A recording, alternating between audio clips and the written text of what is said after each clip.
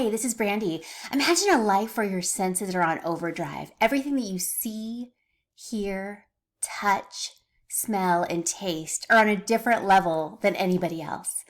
Imagine how that would make you feel, and it could be positive or negative. This is what Dabrowski calls sensual overexcitability. And these are the kids that their socks feel like they're bunched up, the tags on the back of their shirts bother them.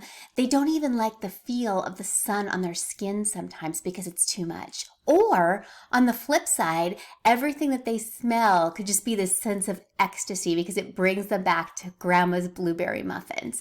It could be anything from positive or negative. And how do we as adults help them? If you'd like a copy of today's show notes, please drop the word sensitivity into the comments below and I'll make sure that you get those. Let's explore Dabrowski's sensual overexcitability. In this video, we'll look at these 5 senses and talk about the experience from the perspective of a gifted individual, as well as offer advice on how to reframe the event so that kids may get what they need. Despite their age, these youngsters' perceptions are frequently so acute that the world may seem breathtakingly beautiful or the most terrible suffering imaginable, and anything in between. One of the gifted child's senses may be to blame if they appear stubborn, uninterested, or creating difficulties. Let's take a look at the 5 senses that may produce angst and how adults can help. The sense of touch. The gifted child with a high sense of touch may be overly sensitive to clothing tags, seams, or other textures that other people may not even notice. They may also be very picky about what they eat because of the different way that the texture feels in their mouth. They may like a hug with a high pressure, or maybe very little pressure at all, or maybe even prefer not to be touched by the adults or kids in their lives. We adults, we need to be aware of that heightened sensitivity to touch and help them navigate the world by providing distinct types of clothing, food, and yes, even hugs. Check out compression clothing as an option to help a child with sensory sensitivities. This might help with a sense of security that they might be seeking. You may have a child who never wears short-sleeve shirts because the weather on their skin is too much for them to bear. Encourage open lines of communication where your child can ask for what they need and you'll provide that to them. The sense of sight. A gifted child with a heightened sense of sight may see the world in an unusual way, different than other people. They may see colors more intensely or notice details that others don't even see. Parents can support them by finding out how the vision sensitivities might be affecting them. If the lights are too bright, change out the light bulbs in their environment. If they struggle with glare, get them sunglasses or a monitor filter. Speaking of filters, glasses that filter out blue light can be helpful for children who spend a lot of time on computer screens. The sense of hearing. A gifted child with a high sense of hearing may be extremely sensitive to sounds. They may hear sounds louder or softer than other people do. They may also be more likely to hear background noise or sounds that other people normally wouldn't even notice. The adults in their lives can help ensure the sound in their environment is not distracting.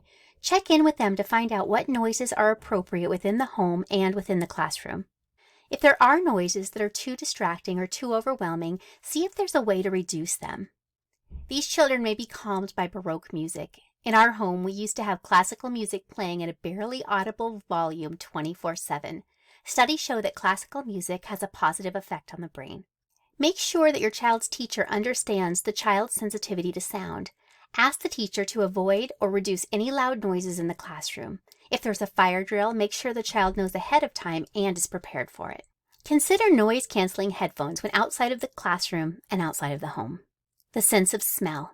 Some gifted kids are more sensitive to smells and may feel overwhelmed by certain odors in the air.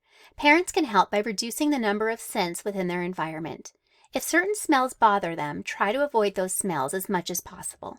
Teachers can be mindful of any scents that they may be using in the classroom and make sure that there's a place for the child to go if the smell becomes too intense.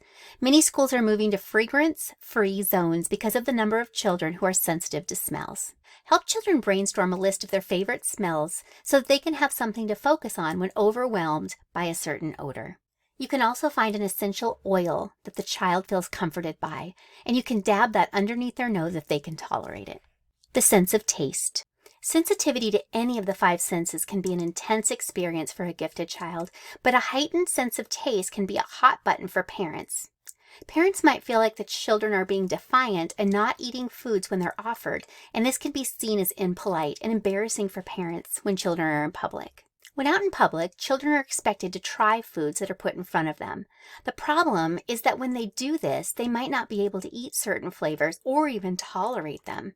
Do not force children to eat distasteful foods. Help them come up with something that they will say when in this situation. Something as simple as, "My sense of taste is not like other children, and certain tastes and textures can cause unpleasant reactions. Thank you, but I'm going to pass." If you know that your child is going somewhere and a particular food will be served, speak to the adult ahead of time and provide your child with a healthy variety of alternatives to choose from. If there's a food that the child does not want to eat, do not make a big deal out of it. If the child refuses to eat anything while at school, pack a nutritious meal for them and encourage them to try one new thing each week. Help them to decide on foods that might be like things that they already enjoy. This will broaden their palate and open them up to new and exciting foods. When a child seems obstinate, disengaged, or causing a scene, one of their senses might be to blame. You may notice that a child is reacting poorly to the food that they love, but it might be that they noticed someone else's scent while they were eating it and didn't like what came next. Hey, no surprise there. But after asking them if everything else smelled good, they also found another plausible reason behind the behavior. Other behaviors and other senses might be triggering to one another, and it might even trigger a distaste based on another sense. All children are different, and gifted kids can be even more sensitive to their environment than others. If you're a parent of a gifted child, it's important to be aware of this and help your children cope both at home and at school. I trust the ideas in this video will help your child feel more comfortable and reduce their sensory overload. If you have ideas that'll benefit others that you've tried, please drop them in the comments below. Thank you so much for joining me. Next time, we're going to be looking at Dabrowski's imaginational overexcitability. Those are the kids that perhaps had imaginary friends when they were young. Maybe they still do. They live in their own private worlds and they're creative beyond anything that we could ever imagine. If you enjoyed this video, please like and subscribe to my channel, and I'll see you next time.